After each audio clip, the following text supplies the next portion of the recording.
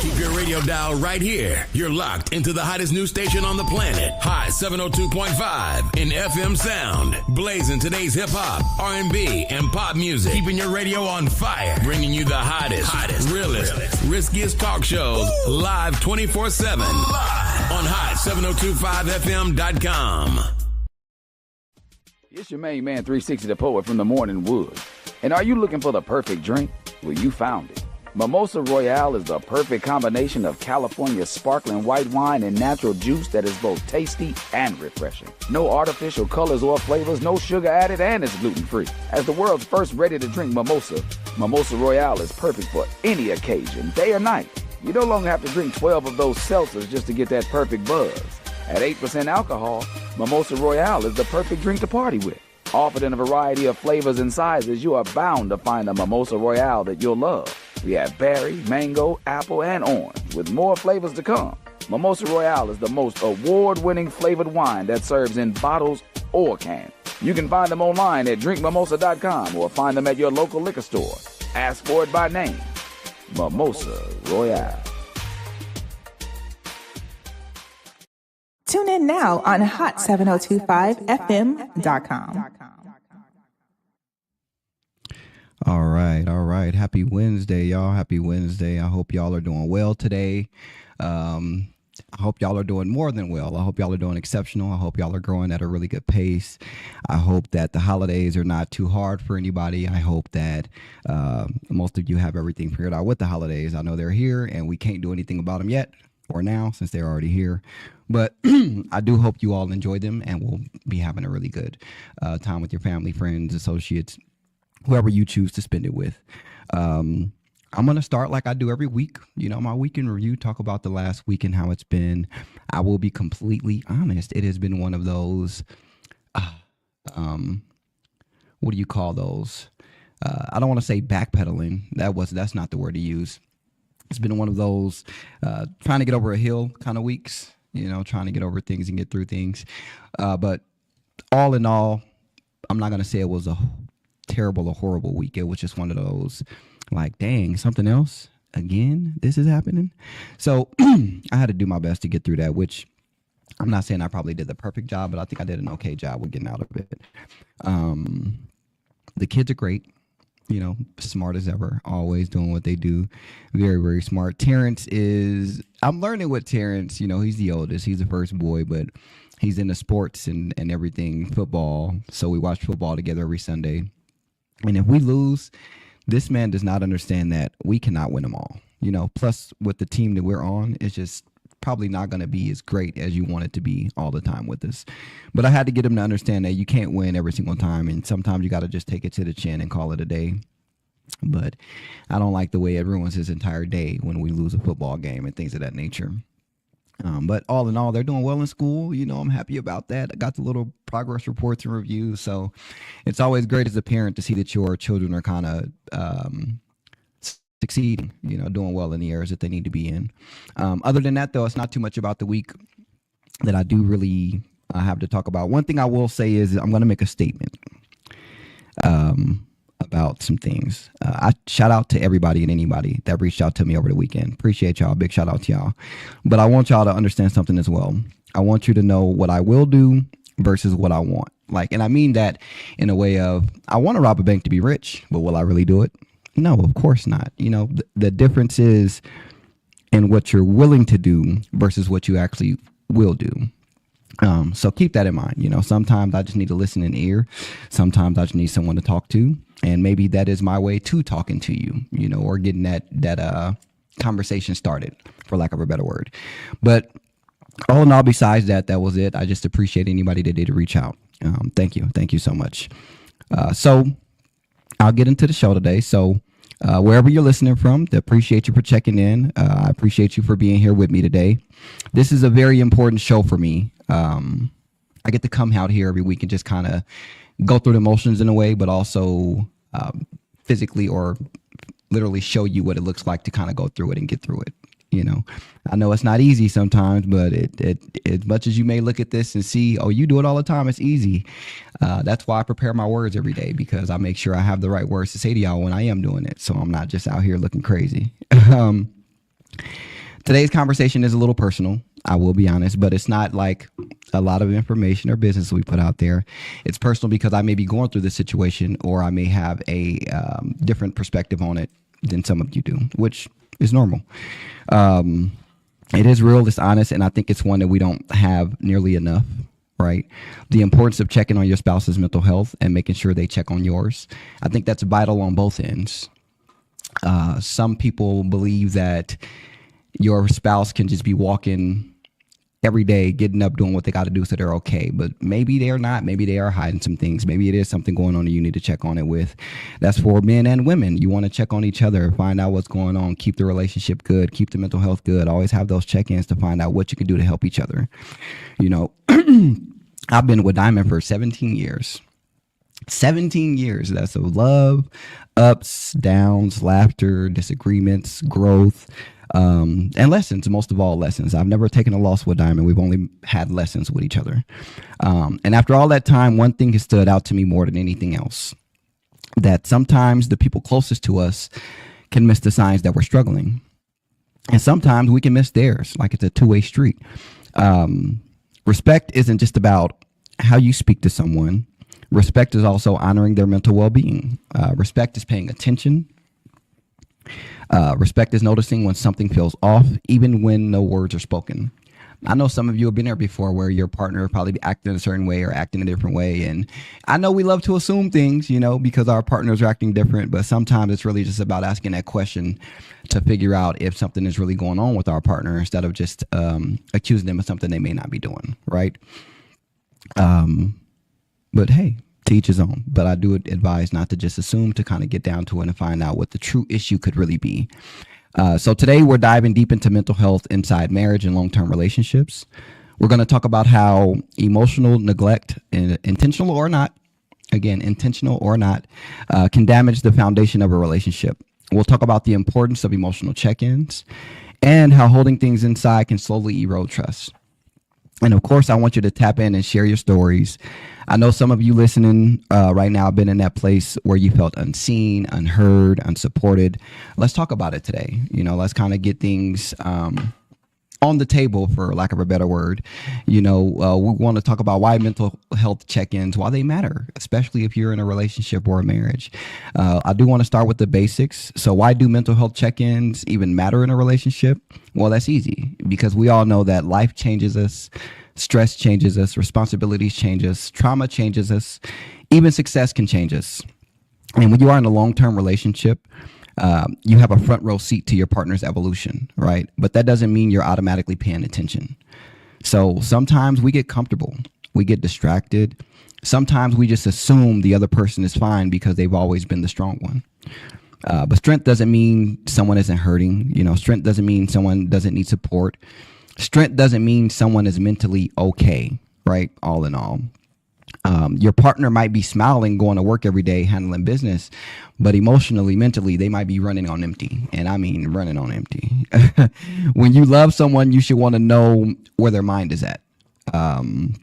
You should want to know what's weighing on them. You should want to make sure they're not carrying the entire mental load by themselves. And I say that because some people are, and I don't think people do it on purpose. I think that it's just more so of how you grew up, the environment you were in or around. So you kind of are stuck in your ways. So you're not used to change and growth in such an efficient way. So what I mean by that is, if you've been in a household your entire life where whenever there's an issue or a problem, they just kind of sweep it under the rug and nobody talks about it. Eventually, when you get older, when you start having issues and problems, you'll just start sweeping it under the rug for nobody to talk about it. Hey, we all are raised differently. We all have different dynamics growing up. I will not sit up here and make it seem like anybody is perfect. What I will say is that we all just have to put in the right effort and try. We shouldn't be bringing our trauma into the lives of our relationships and marriages without trying to work on them. That's how I feel. Especially if we have children, we want to break those generational curses. And the only way to really break those generational curses is if it starts with us. So if we can't be the ones to actually make that happen and get that done, what do you think our children are going to do? They're going to follow over into our footsteps. And who really wants the kids to grow up how we did? We want them to grow up better than we did, have better opportunities than we did. And we kind of want each other to be better off than we were growing up. So that doesn't help if we can't put the effort in with each other. Hey, but again, that's just how I look at it with it. Don't let your partner carry that load alone if you can't see or tell that they have an issue. Maybe there's more that we need to talk about there. Maybe there's other conversations that need to be had. If you feel as though your partner doesn't have that space to see that something is going on with you, or if you feel every single time something goes on, they don't even notice it. Because here's my thing. As a partner, I'm probably not going to notice every little time something is different or wrong with you. But as your partner, I will notice habits that change. So if I see you maybe sleeping more, sleeping less, eating more, partying more, drinking more, whatever the case may be, I may just be inclined to ask you if there's something else going on, because to me, it looks like something is. It's because I spend so much time with you that day in and day out, that I recognize how you are as a person, that when you do something different that's not part of your day-to-day routine, I want to understand why. I don't have to come at you assuming why or think I know why. I can come and talk to you to find out what the actual issue is, which is what we all should do. But a lot of people are in these relationships and they're simply carrying this entire mental load without having anybody to rely on, without having any support at all. And you all want them to just sit up there and make it seem like everything's okay and accept the bullshit you throw their way without actually doing anything to resolve it. That's not fair to you or your partner. That's not fair at all. I want to throw some questions out there for you all listening, just to kind of see where you are with it and how you kind of feel. Like, the first question I have is, when was the last time you asked your partner, how are you really doing? Right? When is the last time you came up to them and just sat up there and just really wanted to have a conversation with them about how they're doing and what's going on, so you can figure out if there really is an issue, if there really is something that needs to be fixed, if there's something that needs to be changed, if there's a way that you need to communicate better between each other, or if they're just going through a lot, like you never really know. Does your partner know that they can talk to you without judgment? Like, do you feel like you can go to your spouse and be like, hey, listen, here's the layout. I'm going to break it down for you. I'm going through this. I'm going through that. This is why I'm going through this. And this is where this is coming from. I also got this going on here, and it's making me feel like this. This is making me feel like that because of what happened with this. How many of you can actually go to your partner and say, I can do all of that without feeling judged? This one is to the men specifically on that part, both parties, but really I want the men to answer that question. How vulnerable can you be with your spouse? How vulnerable can you be? Do you feel like they're going to judge you based off of what you say or how you act? Like, if you're going through a tough and dark time and you break down and cry, do you think she'll judge you because of it? Do you think because you cried in front of her, she'll no longer respect you as a man? Like, what do you feel is really, can you really have those conversations without there really being judgment in hand? And if you don't think you can, this is why I'm having this conversation today, because I feel like you should be able to. I feel like anybody should be able to go to their partner and openly be able to tell them what the issues are, what's going on with me, in order for you to see what's going on and not judge me for what I say or how I feel. Yes, I may react in different ways. Yes, I may react in some way you're not used to or you're not comfortable with, but my reaction does not give you the right to judge me. My reaction gives you the right to support me and figure out what it is I need help with, because you're my partner. You should be doing that for me as I'll be doing that for you, Do they feel safe enough to say, I'm not okay today? Like, I always try to break this down and let Diamond know that, sometimes it's not about me saying that I'm going through something.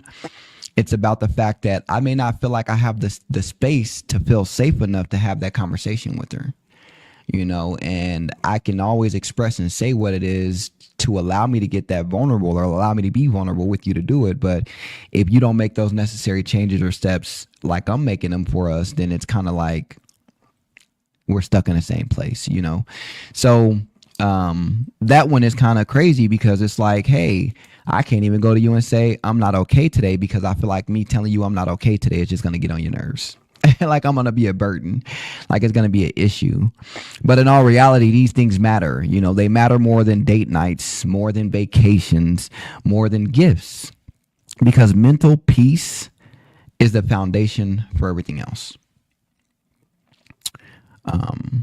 Your mental peace is like, how do I explain it? Let's put it like this. You going on a vacation and you saved up $5,000 of spending money to go on this vacation, right? You were prepared for it. So when you went out there to get what you wanted, you didn't have no issue buying what you needed. That's because you were at peace. You knew what you needed to do. But if you went out of town and first of all, I don't know why you'll go out of town with no money anyway. But if you went out of town and just had the flight and the room paid for, well, it's kind of like, what are you doing? You're going to be frustrated while you out there. I can't do this. I can't eat. I can't go here. I can't go there, because all in all, you no longer have the mental peace to do so because you didn't plan for it. Sorry. You didn't prepare for this.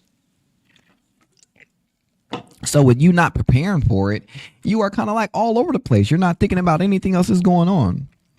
So when I say mental peace is the foundation for everything else, if you got your mental, if you're taking care of it the way you should, you're kind of approaching it the way you should, there's a lot to it where you won't have to worry about being a problem or it being a problem because you're well prepared for it already. So what I mean by that is, let me give you a brief example of what I mean. If Diamond was to come to me right now and she just threw a million things on my plate to say that all of this was going on and this and that, I am not about to look at that and say, oh my God, wait, you're throwing too much at me. What I'm going to do is I'm going to process everything she says. I'm going to figure out the best solution, the best route to go ahead and get it taken care of, to approach each situation and to find out how we can resolve these issues. I'll take the best route possible to do so, all because mentally I'm prepared to deal with those things, right? To prepare for it. And she most likely came to me 9 times out of 10 to get that direction, to help and assist. So that's what I'll do. I'll prepare for it so that way the foundation is there. So everything else we need to do, we can kind of hash it out piece by piece. We can go down the list and knock things off one by one so we can resolve all of them. That's just how it is. Quick question for you. Quick question here, ladies and gentlemen. Have you ever felt like your partner didn't notice when your mental health was slipping? What did you feel, or what did that feel like for you, right? And I'm going to give a personal opinion on this one. I have felt like that before. And what it felt like to me was, I felt like I was trapped in a prison, right? I felt like I'm in a prison cell and it felt horrible. It feels like I can't move anywhere. I can't go anywhere. I feel like any move I make, I'm very, cautious, because I feel like it's a firework and go off at any time. I felt very weak. I felt very, how do you say it? Unloved. I felt, unappreciated, undervalued. It was just a horrible, tough feeling to go through that. And I wouldn't wish that on anybody. I wouldn't wish it on anybody. To feel like that, it's just kind of like saying, damn, I'm with this person, but they have no emotional support for me. It felt very exhausting. It was draining my mental to be able to say, I got all of this going on, but I can't even go to my spouse and express anything that's going on with me because I don't feel like they'll be there to help. It was a horrible, horrible, horrible feeling. It was like I was trapped in my own mind, in my own home, where I should have the most peace. So it was a tough situation to go through. So if you all have ever been through that, I'm telling you, on my experience, it wasn't great. It wasn't well. On your experience, it probably wasn't either. But if you want it to work, I think the best route is to find out how you can approach that situation better with your spouse instead of creating more distance. Now, that situation can create you to cause distance between you and your spouse, because you can look at it and say, F it, you just don't want to be here. Or you can look at it and say, how can I get you to understand me better? The healthy way. Hopefully you try to go see how you can be understood better so your partner knows what to do in the next run. When things go about it the next time, they know how to approach it in a way, instead of you just saying, all right, I'm going to run away from it and I don't want to hear nothing else about it. So that's a personal take on that one. I have felt like that before, that, my partner didn't notice when my mental health was slipping, and it did feel like crap. It felt horrible, but you go through it to get through it, right? Another one is recognizing when your partner is struggling. I don't think And again, I don't expect everybody to recognize every little detail about their partner when they're going through something, when they're struggling. I just expect you to notice certain changes in habits and day-to-day routines, because when somebody is going through something, I guarantee you there's going to be something, one or two things about their day that they may change that you're going to be like, well, that's different. You know, if you got to be to work at 8, you normally leave the house at 7 in the morning, but they've been saying you leaving at 6 or 7:30 or 7:45, or, you know, it's like, dang, why are you leaving the house so late? Like, you all right? You good? You know, something could be there. You may think it's something small, but you never really know what it is. So always check in and just see. You never know the signs. You never know, but let's talk about the signs, because many times the signs are there. Again, they're there, and we are sometimes just oblivious to them because we're so used to the day-to-day routines and the comfortability we have with our partners. Because many times the signs are there, loud and clear, but we miss them. Maybe your partner is suddenly quieter than usual. We all know that, because I mean, if you dealing with me and I came home and I ain't talking, you definitely should know something is going on. But that's a lot of people. You know, I found out that most people will kind of get quiet when they're going through something and not want to say nothing to their spouse or bring it up in general, because they just feel like they don't have that room or space to do so. And I'm the victim. What do you say, Judge Mathis? I've been there. No, I'm kidding. But maybe they're snapping over little things. So maybe you have a partner where for some reason in this last couple of weeks, they've been, every single time there's something small, they've been going crazy over it. You know, it could have been you left the toilet seat up and they took it to 10 when it should have been at a 1 or 2. I don't know. There's a crumb on the floor and they made it a 20 instead of, you know, asking somebody to just pick it up or picking it up themselves. So you may see that they're snapping over those little things and thinking that it's like, oh, they're on their period today. That's what most people say, whether it's men or women. It is just a statement. It's just a sarcasm. Okay, don't take it serious when they say that. But yeah, it could be little small things they're snapping over, going crazy over, and you just may not understand that. But you know, we see it and we know. Another thing is, you know, maybe they're sleeping more or not sleeping at all. It took me going to freaking therapy, man, to realize that all of my sleep problems in life were because of the fact that, you know, I'm just going through things. I'm just stressing. I'm going through it. I'm exhausted, overwhelmed. There's so many things going on. But the fact is, the matter is that all of that had to deal with me going to sleep or getting rest, right? Because now I can get a decent amount of sleep. As long as everything's decent in life, you know, but things are going on, man. It's tough to sleep at night, man. I up throughout the night, got the night sweats, can't stay asleep for longer than an hour, jumping up to think you miss something important. Like it's a lot to it. It's a lot to it, whether people want to admit it or not, but you got to kind of look at that and see all of the signs can be there sometimes. Or maybe when they're withdrawing from conversations, like here's the thing that I say with that one, withdrawing from conversations. I made that one a point to emphasize on, because, for example, in my personal life, I'm very talkative and I like to express myself and let things be known where I'm having issues at. So if we're having conversations, and especially if they're the same conversations, I don't want to keep having those. So you may see me just give up effort on trying to talk about it. You may see me push back a little when talking or when you bring them up. But I'm not doing that because I just genuinely don't care. I'm doing that because possibly there's so much else going on that I'm just like, I don't really have this right now. I don't want to do this right now. And again, you know, we think that these are small things to our partners and they're just in the mood at the moment. But those little things add up to where we should be able to approach those and help our partners. Like, hey, you having a bad day? Like, hey, you having an okay day? Like, hey, something happened today, something going wrong. To have that open communication, you know, when you have somebody withdrawn from conversations, it's because they're typically 9 times out of 10, their mind is elsewhere when you're talking to them. I'm a victim of it. I'm not saying I don't do it. I definitely do it. But I work on it and try to do better at it. So I don't have to, you know, I never want my spouse to feel like they don't have the area or space to come to me when they have an issue or a problem. I want that door to always be open. You know, and as humans, we only going to ask for the same thing in return, for that door to always be open. So I don't want to do something that keeps enabling bad behavior on my end without offering a solution so that we can both come to a resolution together. So again, I won't lie and say that I'm not a part of that. I've done that before, and I work on it every day to get better at it. Another one is maybe they're distancing themselves, staying in another room, or checking out emotionally. People don't see these signs until they're all the way out the door, right? It starts with that maybe they're distancing themselves, and that can be looked at as or look like different things to you. So it can be when they're at home, they're avoiding you. You're not having real conversations anymore. Whenever you're in one room, they go to the other room. When you're in this room, they go to that room. Like if you're in a house, they want to leave. If you leave, they want to come back. Like they kind of distance themselves from being around you in a way, or it could just be emotionally where they just kind of don't talk or touch you at all. More than one thing to look at it. Checking out emotionally is just that, like, hey, y'all not talking as much. Y'all not showing as much affection. Y'all not sleeping in the same bed. Y'all are, it's just to each his own.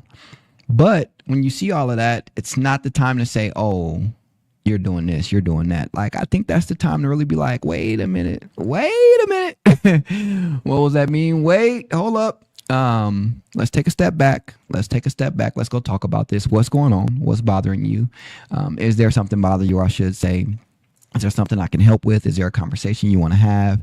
Am I not giving you that space to open up or talk? Like, we want to start making it normal to be able to look at our partner and say, I feel like there could be something going on with you, and please correct me if I'm wrong, but what's going on? Let's talk about it. We want to get to that point.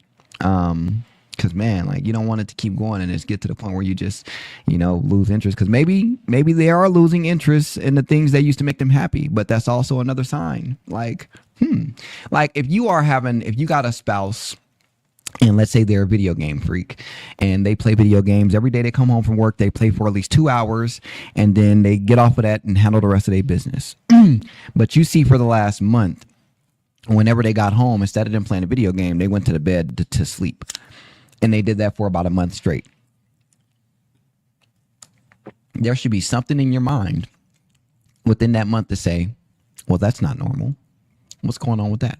You can have the simplest question and be like, are you tired of the game? You don't want to play that no more? Or have you found a new hobby?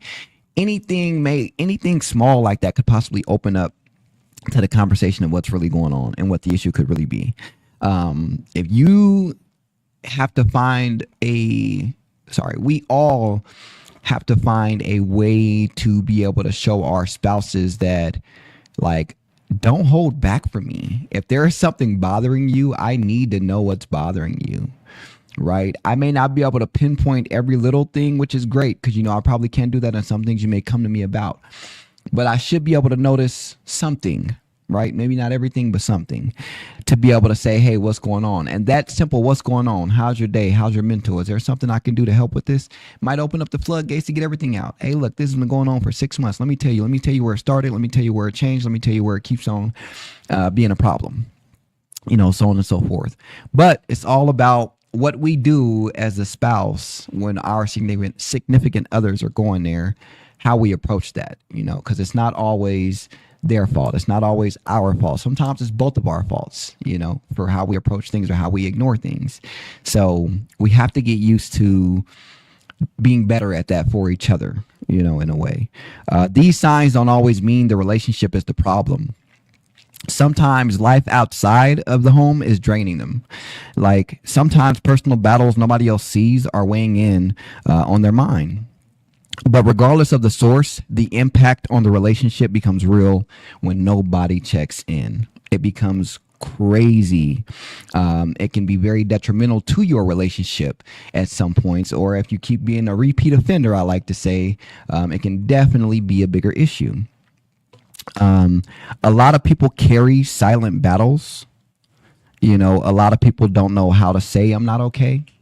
And a lot of people grew up being told to be strong, or just deal with it. And that silence becomes a habit. Like, how many men do honestly go through life and they will literally sit up there and let you know and tell you how, they can't do this, they can't do that because they have to keep their head up. They got to lift to keep their spirits high. Like, they cannot sit up there and voice their opinion because they got to be a man and chin up, chest out. Like, how many times have you seen that, especially in the Black community, where it's hard for them to sit up there and express what's going on with them? Well, I feel like we as black men especially have to do better at actually showing each other that it's okay to do that.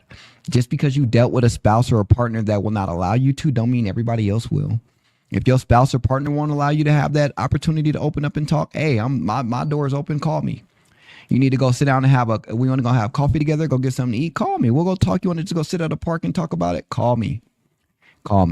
That's the issue, is making it normal and okay for us to be able to get those things out in a healthy way. A lot of us will cope with it in ways that probably aren't so healthy, whether it's drugs, drinking, partying, whatever the case may be. It doesn't really benefit you when you go about it in a negative way to try to get through it, because sooner or later it's going to pop back up on the top of that to-do list, whether you like it or not. It really will. But to each his own. If you can sit up there, and if you have a man in your life and you hear them all the time saying that they just need to be stronger, they just got to deal with it, I just recommend telling them, no, you don't. Like, there's an opportunity for you to deal with that in the space of your choosing that you feel comfortable enough to deal with it in, but you don't got to just deal with it. There's other ways to go about it. So I recommend letting them know, I'm reminding these men that there is more to it than just staying silent. Now, if you are your spouse in general, though, I just feel like we should always give our spouses, if anything, we are the first and last line of defense when it comes to our partners, right? So if we don't give them the right information to be the greatest defense we can have, how are they supposed to prevent those kind of things if we don't give them the blueprint on how to do it? If we don't talk to them on how to do it, if we don't give them the space to be able to get that done, how? It's damn near impossible, right? Damn near impossible. So we kind of got to work on that and get better at it, right? As a unit all together. We just have to. I think we got to get that stigma out of our heads that one person is better than the other. I keep telling y'all this. We were made to balance each other out. There are some things I'm great at that you won't be great at, but there are some things you're great at that I won't be great at, but together we'll be great all together. You see what I'm saying? That's how we kind of knock it down. Your lows, my highs balance out your lows, and your highs balance out my lows. That's how we do it. That's how we work through it. It's a partnership, teamwork. But silence also becomes distance, and distance becomes misunderstandings, and misunderstandings becomes resentment.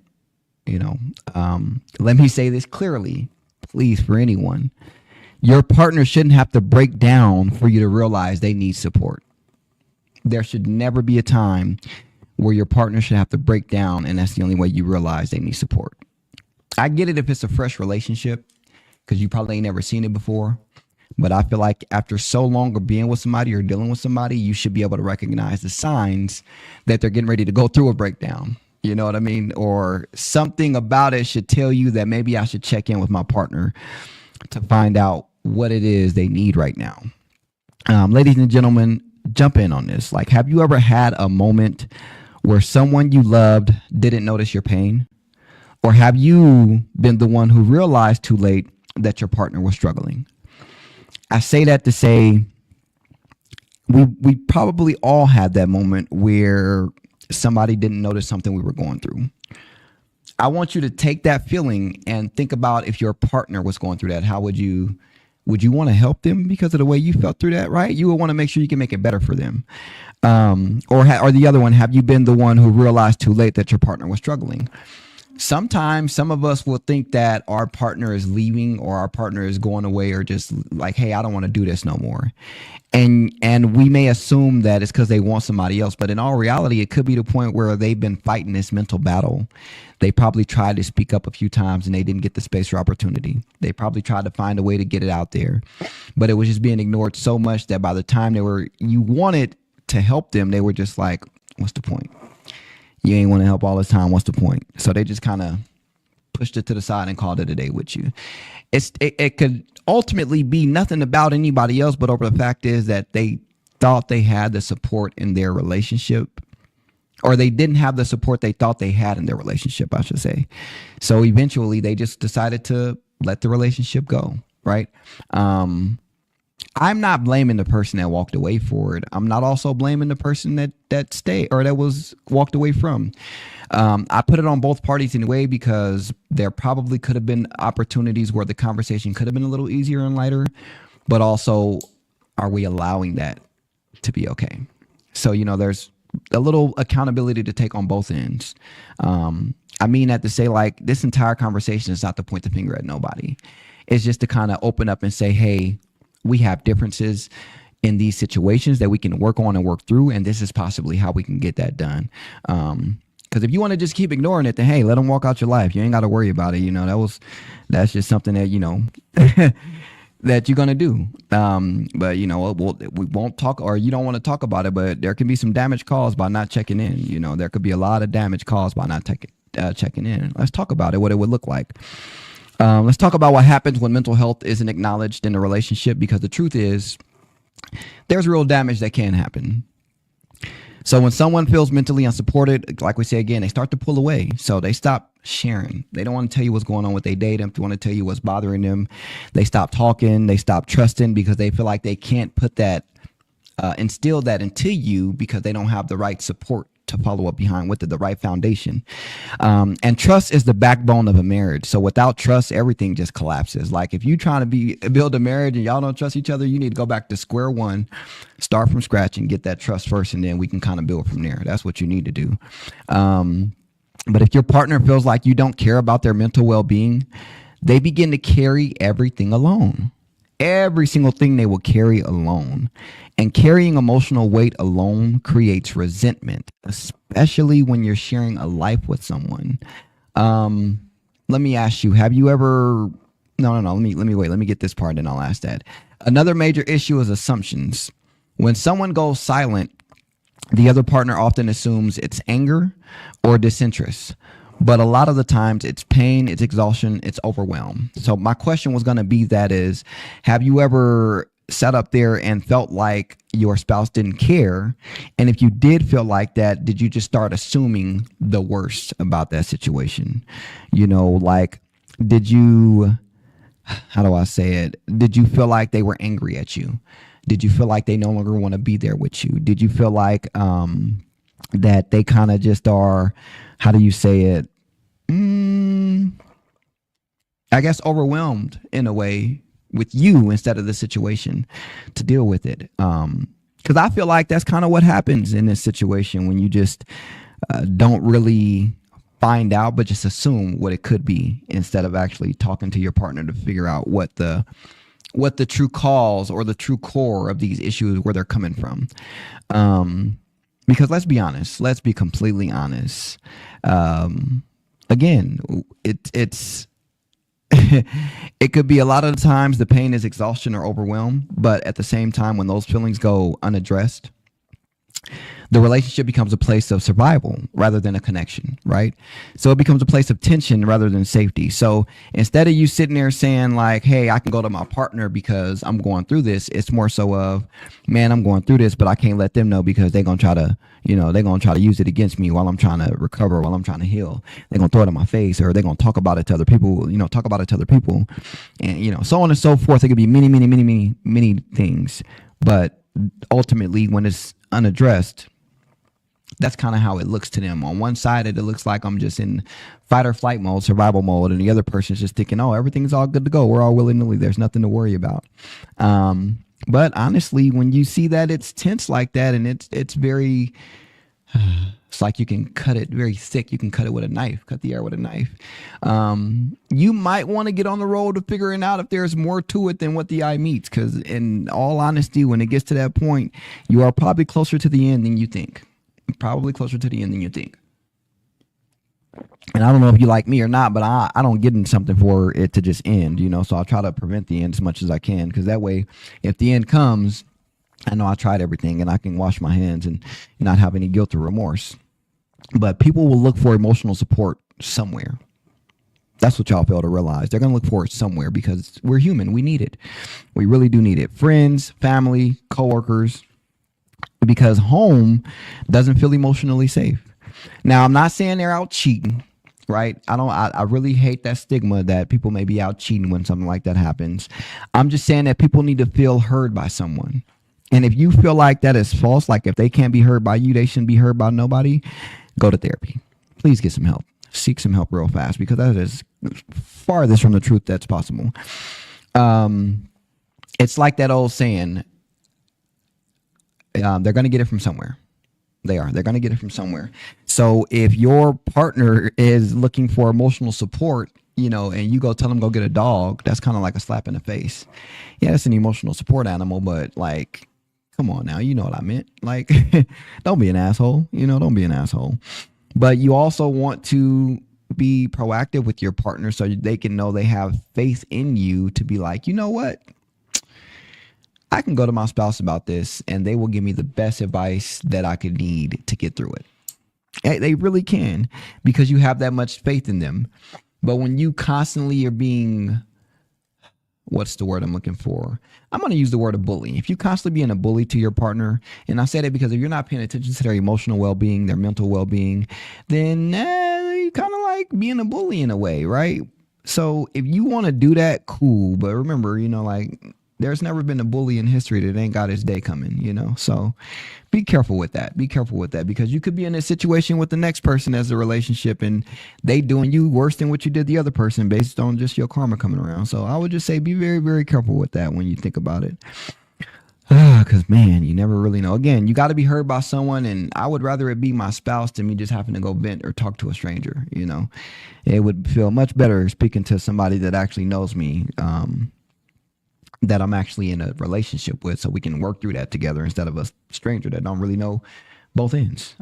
Ladies and gentlemen, ladies and gents, have you ever watched your relationship change because someone wasn't emotionally available?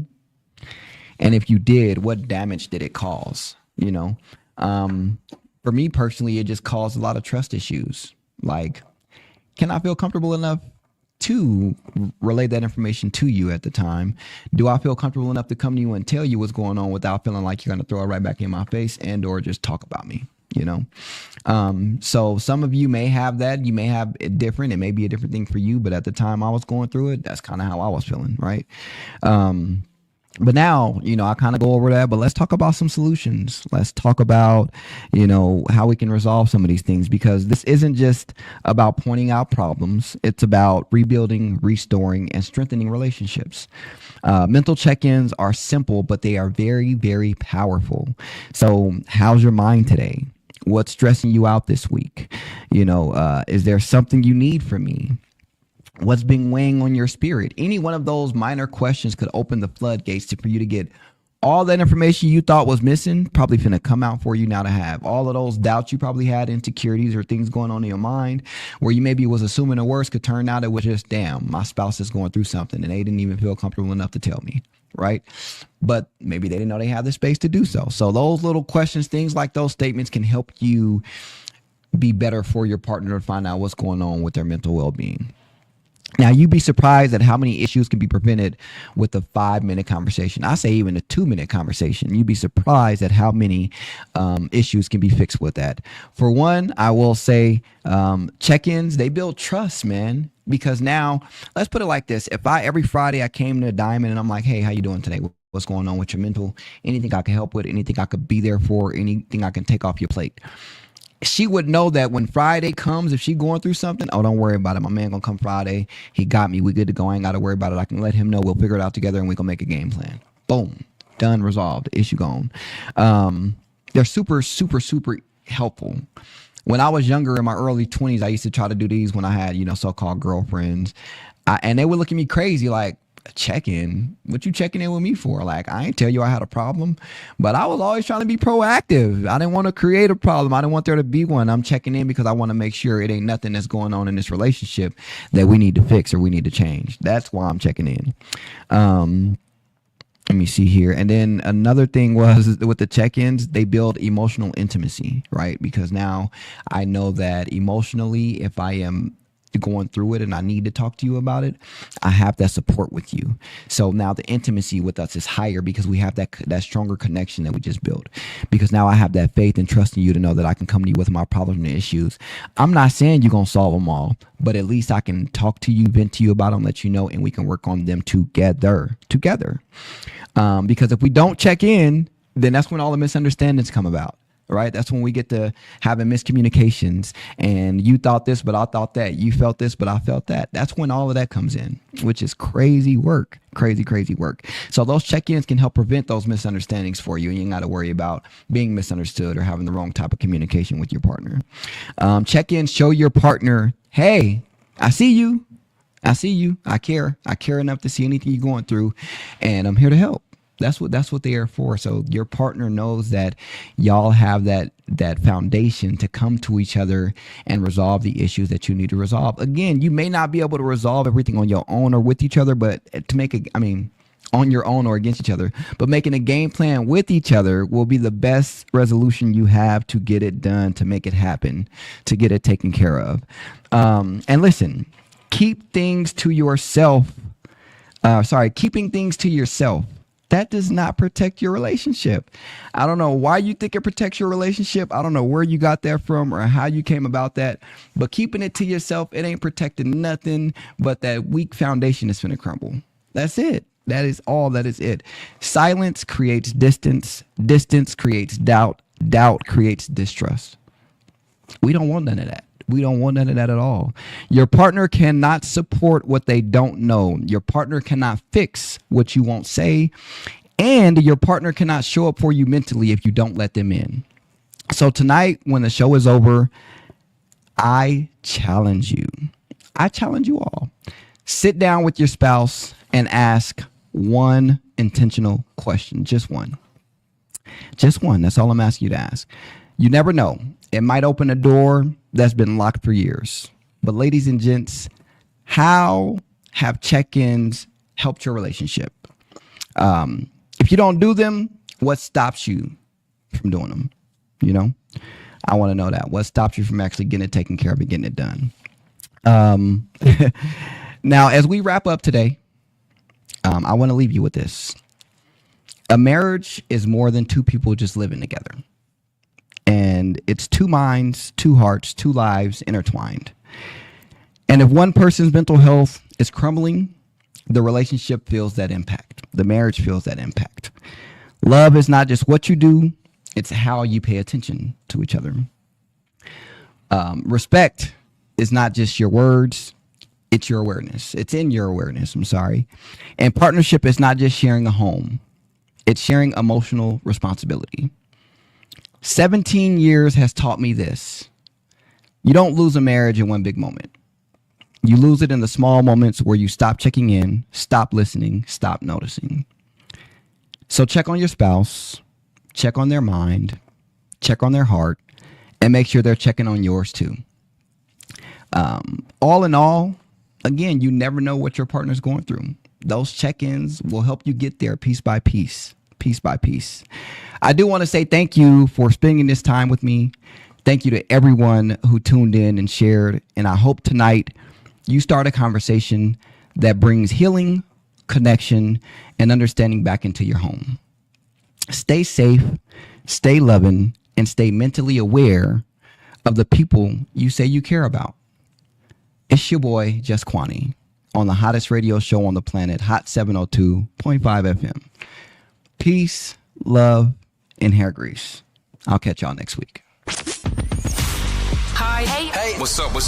All your favorite artists. Check it out. Say my name. DJ Khaled. This is Mila J. Bruno Mars. On Hot 702.5FM.com.